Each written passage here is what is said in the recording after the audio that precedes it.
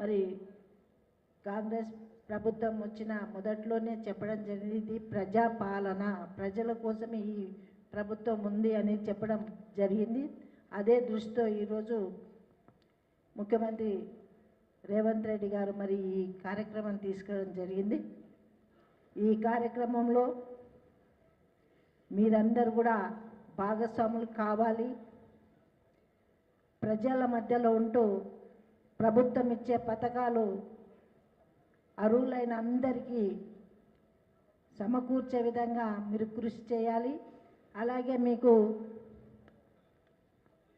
అందుబాటులో ప్రభుత్వ అధికారులు ఉంటారు, వాళ్ళ సహాయంతో మీరందరూ కూడా మంచి పని చేసి ప్రజల్లో ప్రభుత్వం ఇచ్చే పథకాలన్నీ కూడా తెలియజేయాలి.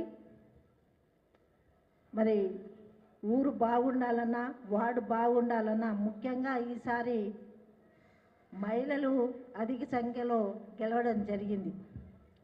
మహిళ అంటే మరి అన్నీ తెలిసి ఉంటారు, ఇంట్లో ఎట్లా చేసుకుంటామో సమాజ సేవ కూడా మీరందరూ కూడా అందరికీ అందుబాటులో, ఒక తల్లి కొడుకుకు బిడ్డకు కానీ ఇంకెవరికైనా ఎట్లా చేస్తుందో మీరందరూ కూడా అలాగే చేయాలి అని నా కోరిక. ఎందుకంటే మహిళలకు ఎక్కువగా సహనము, ఓపిక ఉంటుంది కాబట్టి ఓపికతోని ఈ ప్రభుత్వం ఇచ్చే అన్ని పథకాలు తీసుకెళ్ళాలి అని తెలియజేసుకుంటూ, మరి ఇప్పుడు ఇచ్చే గవర్నమెంట్ మరి అన్నీ కూడా మహిళల పేరు మీదే వస్తున్నాయి. మీ అందరు కూడా సహకారంతో ముందుకు తీసుకెళ్లాలని కోరుకుంటూ, మరి ఈ అవకాశం మంచి అవకాశం, ప్రభుత్వం మీకు అన్ని చదువుతూ పోతుంది కాబట్టి అన్నీ కూడా మీరు ప్రజలకు ఇవ్వాలని కోరుకుంటూ మరి సెలవు తీసుకుంటున్నాను. జై హింద్. అట్లనే అంజిరెడ్డి గారు ఒక మాట అన్నారు, ఇండస్ట్రియల్ ద్వారా ఏదైనా తప్పకుండా సంగారెడ్డి జిల్లాలో ముందుగానే పటాన్చేరు కానీ ఆ ఏరియాలో ఇండస్ట్రీ ఏరియా, అట్లాగే సంగారెడ్డి కానీ ఆందోళన కానీ నారాయణఖేడ్లో కూడా మరి జైరాబాద్లో కూడా ఇండస్ట్రీలు వస్తున్నాయి.